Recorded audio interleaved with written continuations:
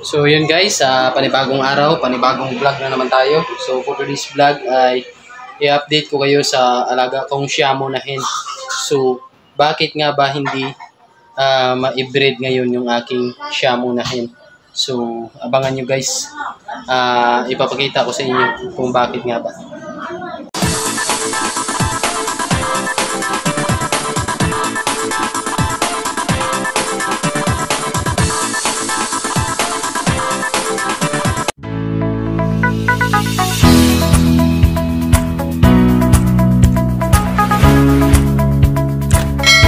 So, magpapakain ako ng aking alagang mga manok. So, ito is booster scramble. And guys, so, may natirang kanin. So, hinaluan ko. At saka binasa ko. So, yun guys, tara, samahan nyo ako guys. So, ito na. So, yan yung Shamo natin guys. Oh. Ay, Shamo. Basilan pala na roster. So yan guys, yan, makain na siya. Yan. And then ipapakita ko sa inyo yung aking mga Shamo na stag. So ito pala yung feeds na pinapakain ko sa Shamo guys, booster scramble. Kahit going to 4 months na sila, ito pa rin yung pinapakain ko. So yung sekreto ko is wheat feeding lang, kaya malaki yung kanilang katawan. So sa sisiw guys, hindi pa ako nakapag-try ng wheat feeding, pero subukan ko ngayon kung kakain din sila nito ng may kanin para makatipid naman tayo sa patuka. So shout out nga pala sa Sagi. Malapit ng kunin yan guys, o malalaki na kung mapapansin nyo. Yan. So yan o, ilang araw na lang ma-harvest ka na at magkaroon na ng space yung aking manuka. So yun guys, pakainin muna natin yung ating mga laga. So yun guys, balito na yung ating Shamo na isa. And then yan yung kulay pula. So yun guys, so wheat feeding lang ito, bawat araw yung pakain ko sa kanilang dalawa. Yun guys, so yan yung nag-vlog ko last time na higanting manok. So ang taas na yun guys. Tapos ito yung ating mga sisiw. Yan, ito lang yung natira. Yan. Tapos yung sa kabila natin is yung mga native. So yan na guys, 4 sila yan. Yan. Tapos yung ating mga heritage food. Ang bilis kumain, ubos agad. So yan guys. So ito na yung Shamo natin guys na hen. So pasok tayo.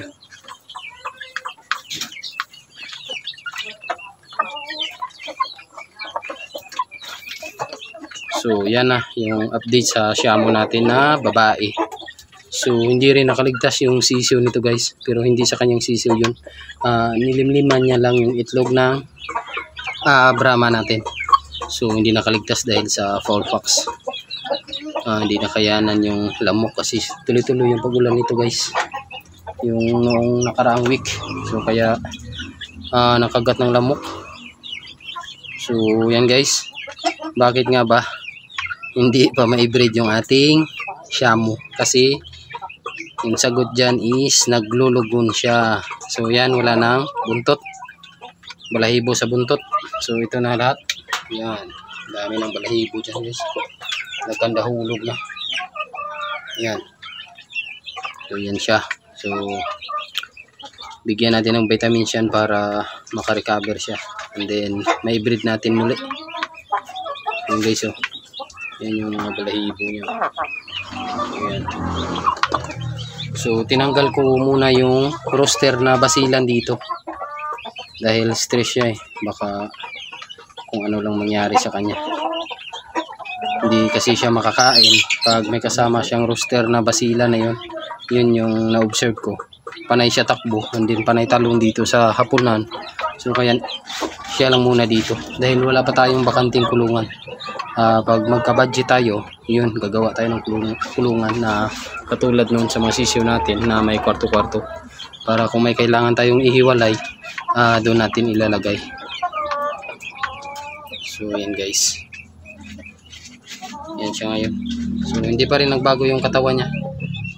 Malaki pa rin, mabigat kahit nagkaroon siya ng sisyo. So sayang kasi pag swap sa akin, bali ng itlog lang siya ng 2 and then naglimlim agad. So ibig sabihin doon pa lang galing nangingitlog na siya.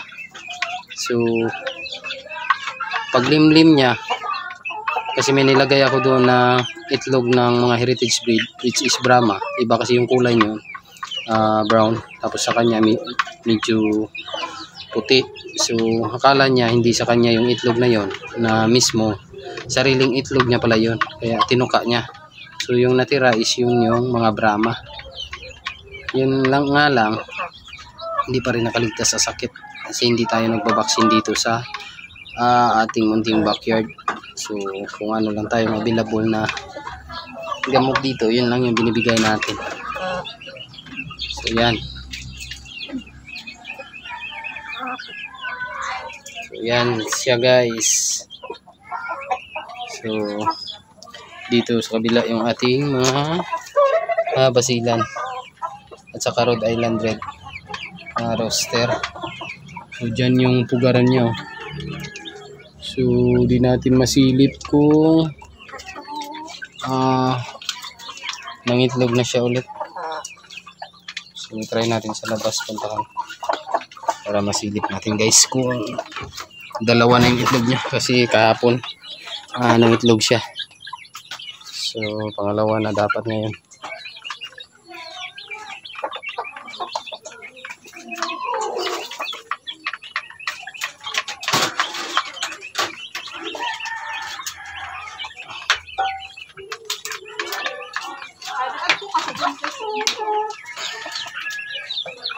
So yun guys, pasok tayo dito. So bilis, ubos na. Busog na yung ating basilan.